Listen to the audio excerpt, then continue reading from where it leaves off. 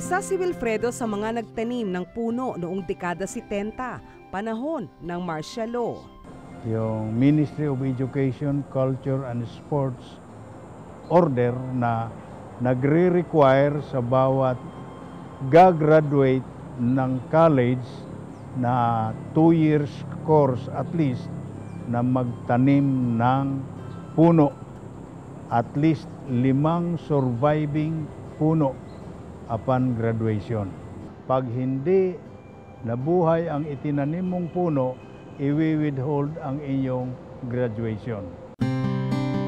Noong panahong iyon ay guro sa kursong Humanities si Wilfredo sa Bataan Heroes Memorial College o BHMC.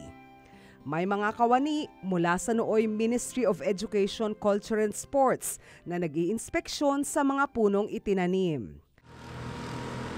Nagtanim sila sa labas mismo ng paaralan na nasa gilid lamang ng Roman Expressway.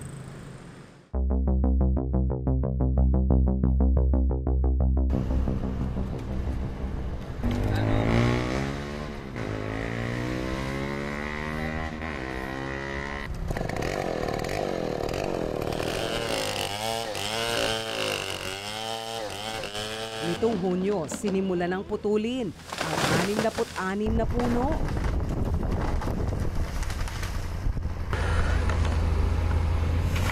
Matatanda na ang mga ito at hindi na raw kakayanin ang proseso ng earth balling.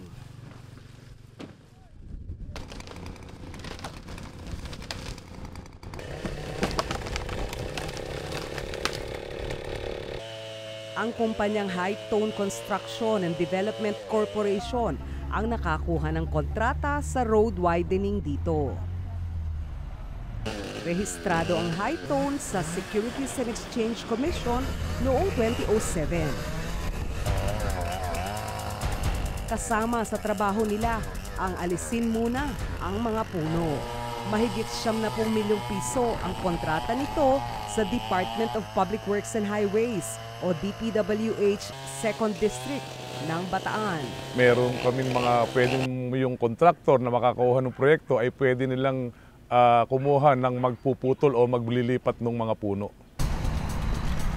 May kategoryang AAA ang kontratista sa Philippine Contractors Accreditation Board o PICAB.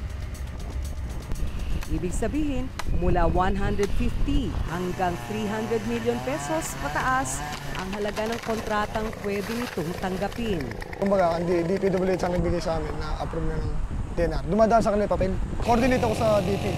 Pag okay na yung permit ng DNR na ibigay sa amin, ko-coordinate rin ako sa DNR para kasi join sa representative para sa pagpuputol. Hindi pwedeng wala. Kasi nasa rules. Disyembre 2017, humingi ng permiso ang Bataan DPWH 2nd District para magputol ng mga puno sa Roman Expressway. Pero bago po namin dalhin sa DNR yan, ay meron po tayong series of communication. Ito ay pinapadaan din namin sa central office sa regional office ng Departamento ng Public Works and Highways at sila na ang nagpo-forward sa regional office ng DNR para po doon sa approval ng cutting or balling po ng mga puno. Nitong Mayo ay pinahintulutan ito ng DENR Region 3. Ang Regional Director na si Engineer Paquito Moreno Jr. ang pumirma sa permit. Justifiable naman yung pagputol. Ang major role na ginagawa ng DNR, kung alin talaga ang pwedeng isave. Kung outside naman sila dun sa road alignment, hindi na sila maapektuhan ng project. Ang ahensya rin ang namili sa mga punong pwedeng putulin. Ang naka-permit sa amin na allowed na putulin, 66 total, iba-ibang klase.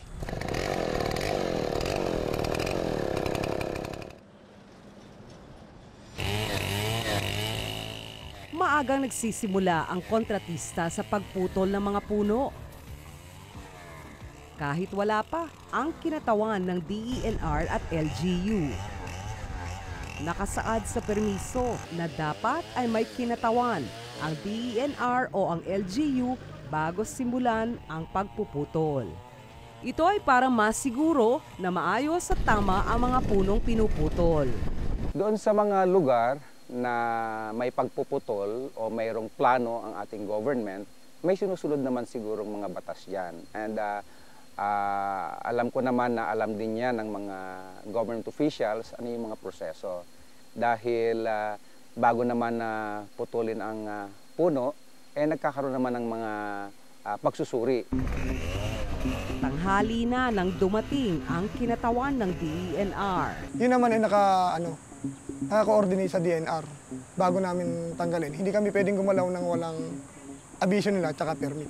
Sinisiguro namin na bago sila mag-conduct ng cutting o earthballing, may tao kami na nakabantay sa kanila. Ginagawa naman ng DPWH yun.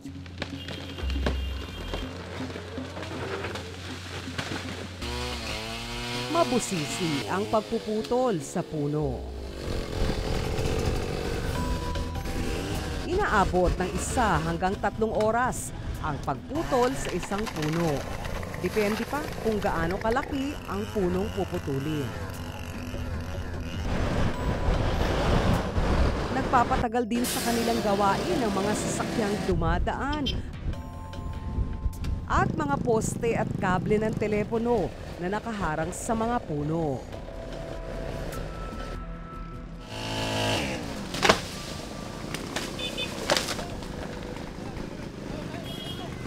Nabagsakan ng sanga ang isang trabahador.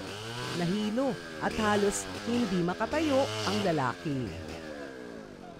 Okay naman siya, bali minor lang naman ang nangyari.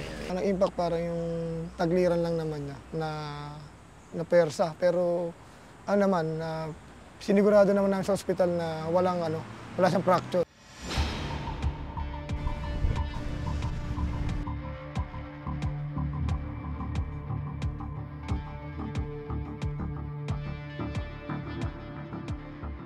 Sa command center ng Bataan ang huling hantungan ng mga punong pinutol. Dito muna itatambak ang mga troso. Dito rin natatapos ang trabaho ng kontratista sa puno. DNR naman, mamamahala. Kasi pagkayari namin putulin, itinurn over namin sa kanila, sila na ang may sagot nung pagkikare nung mga naputol na puno na yan.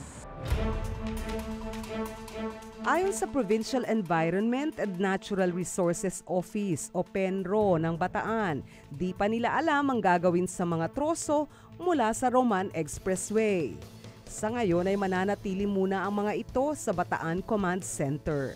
Nakikipag-usap kami actually sa probinsya para siyempre mapakinabangan naman yung mga pinutol na puno na yon.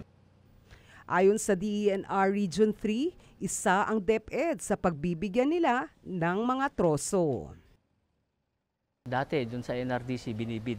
Pero ngayon, ang naging instruction ay i-prioritize ang DepEd.